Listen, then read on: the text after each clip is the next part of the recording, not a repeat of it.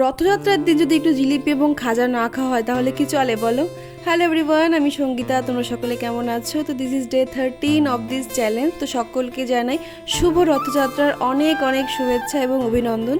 তো দিনটা শুরু করলাম এক কাপ চা খেতে খেতে ম্যাগি বানানো দিয়ে। অনেক দিন খাওয়া হয় না, একটু মন হচ্ছিল, তাই জন্য আমি আর রায় দুজনে মিলে খাচ্ছিলাম। হ্যাঁ জানি বাচ্চাদেরকে ম্যাগি দেওয়া উচিত নয়, ওকে দেওয়াও হয় না, দিলে পারেও একেবারে কম মশলা দিয়ে দিই। তো আজকে একটু রান্না করে খেলাম। তো তারপর গেলাম হচ্ছে পড়াতে। আর রথযাত্রার দিন তো একটু বৃষ্টি হবেই, আকাশে পুরো কালো মেঘে ছেয়ে গেছিলো, ঝিরিঝিরি বৃষ্টিও পড়ছিল। তো তারপর এই জায়গা থেকে পড়িয়ে অন্য জায়গায় যখন পড়াতে যাচ্ছি তখন দেখি আকাশটা পুরো পরিষ্কার হয়ে গেছে। তো তারপর ওই 12:30 নাগাদ দুপুরের লাঞ্চটা কমপ্লিট করলাম, ভাত ডাল আলু ভাজা দিয়ে, যেহেতু রথযাত্রার দিন নিরামিষ হবে। তো তারপর ওই 1:30 নাগাদ গিয়েছিলাম পড়াতে। তো পড়িয়ে আসার পথে দেখছি যে ছোট্ট একটা পুচকে রথ টানছে। তো আমি কিছুক্ষণ দাঁড়িয়ে দেখলাম, আর আসার সময় প্রসাদও দিয়েছিল, প্রসাদ নিয়ে বাড়ি ফিরলাম।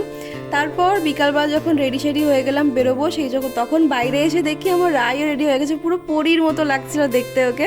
তো তারপর আমরাও বেরিয়ে পড়লাম মেলায় যাওয়ার জন্য। গিয়েছিলাম বাড়ির পাশেই কৈখালিতে মেলা হয় সেখানে।